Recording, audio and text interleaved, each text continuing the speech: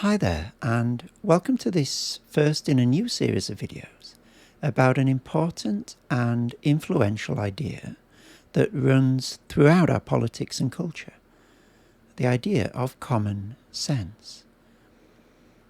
It's an idea that's used by politicians and cultural commentators from the far left all the way to the far right and everything in between. It's an idea that runs like a thread through our political and cultural discourse, stitching together conservatives and progressives, revolutionaries and reactionaries. It came to prominence recently when US President Donald Trump used it to set the agenda for his incoming administration in his inaugural address. With these actions, we will begin the complete restoration of America and the revolution of common sense. It's all about common sense. And it was later also used by his head of the Department of Government Efficiency, Elon Musk. So what we're talking about here, we're really just talking about adding common sense controls that should be present, that haven't been present. But it's not only Trump and Musk who are appealing to common sense today. Here's Kamala Harris, for example, using the notion on a campaign stop in Michigan. I pledge to seek common ground and common sense solutions to the challenges you face. And here's Oprah Winfrey at the Democratic Convention in 2024. Let us choose common sense over nonsense. Here is common sense on the lips of the UK Prime Minister Keir Starmer at the Labour Party conference in 2024. Faith in the values that have always guided this nation, the stability, moderation, the common sense. And on the lips of Kemi Badenoch, current leader of the UK Conservative opposition from when she was Secretary of State for Business and Trade in 2023. There's no other party that will defend common sense. And not to be left out, here's Nigel Farage, leader of the UK Reform Party, speaking back in 2022.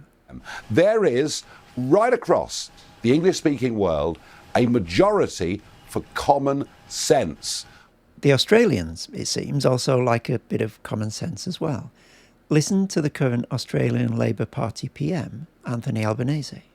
So, a common sense approach. But we know we must do more, guided by common sense. And here's the leader of the Liberal Opposition Party in Australia, Peter Dutton. Our country urgently needs a government which revives responsible economic management and restores common sense economic policy. Nor is this just an Anglophone preoccupation. Here's the French President Emmanuel Macron using le bon sens, the French equivalent of common sense, 7 times during one press conference in 2024. Pour que la France demeure cette nation du bon sens, c'est au fond la France du bon sens plutôt que la France des tracas. Mais je crois que si nous savons travailler ardemment, avec beaucoup de bon sens, d'efficacité, je rentre dans les détails, ça paraît être du bon sens, mais ce n'est pas ce qui a été fait. De bon sens que les gens qui vivent sur ces territoires connaissent bien mieux que beaucoup. On va l'accélérer, mais par du bon sens. Mais je considère qu'il n'y a pas de changement de règle. Il y a juste là aussi une forme de bon sens. It seems that whoever we are, wherever we stand on the political spectrum, we can't get enough of common sense. And this is fascinating to me because as part of my ongoing research project on ideas of the common and the common good, I'm fascinated by this party-agnostic ubiquity of common sense in our political discourse. Because the idea of common sense is both something that binds us together and also something that divides us from each other. It both builds the idea of the common and it fractures that same idea. It's an incredibly powerful, rich, ideologically complex notion. And as I found out recently, it also has a remarkably colourful history. So, where did it come from? What does it mean? Join me as we journey through the history of this strange and fascinating idea that we call common sense.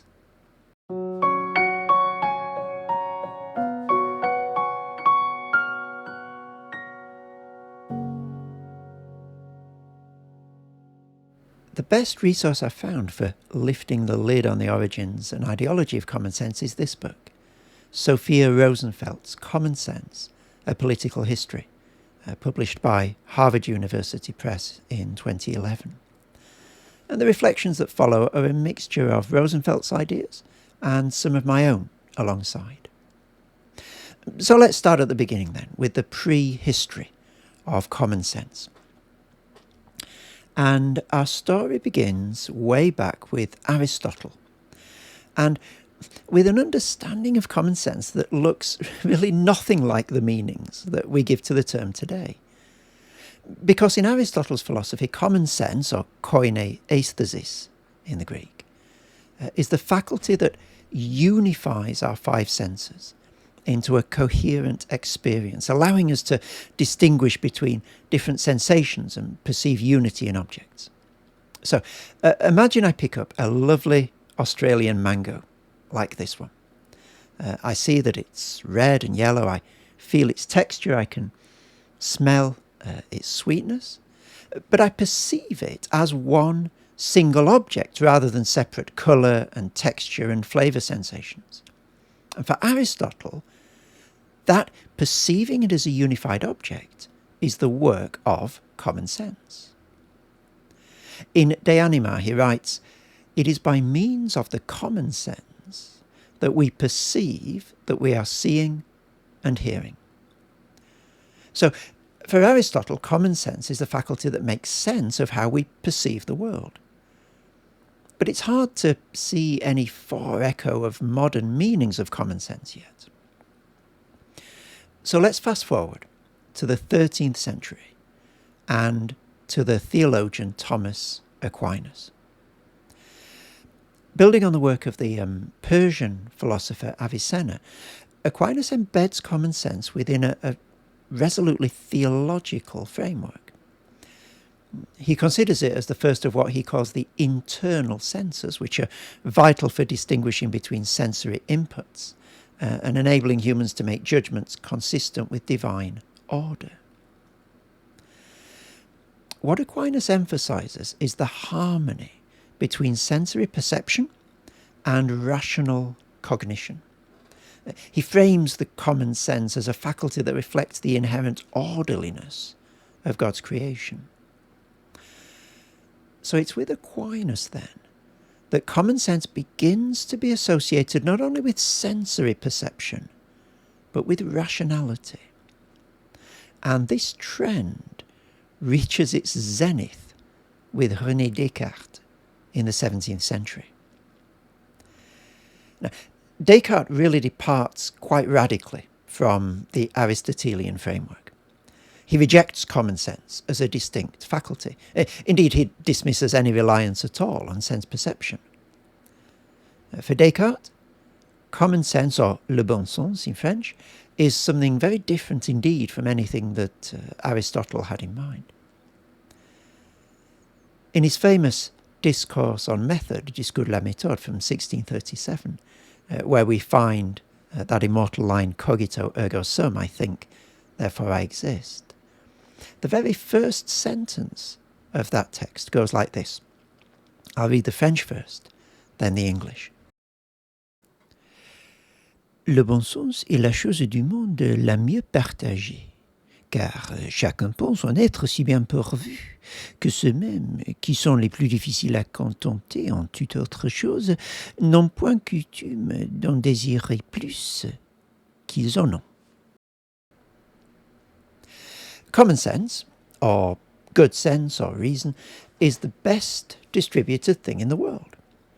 For everyone thinks himself so well provided with it that even those who are the hardest to satisfy in every other respect do not usually desire more of it than they already have.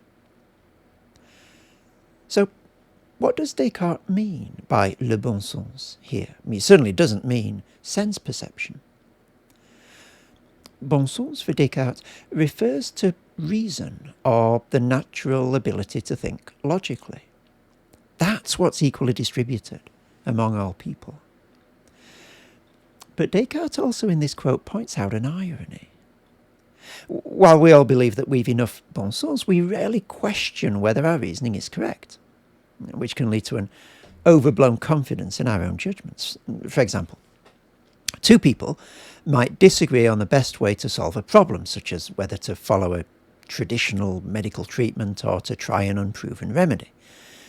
Each person is convinced that their reasoning is sound, even though one or the other may be relying on flawed assumptions.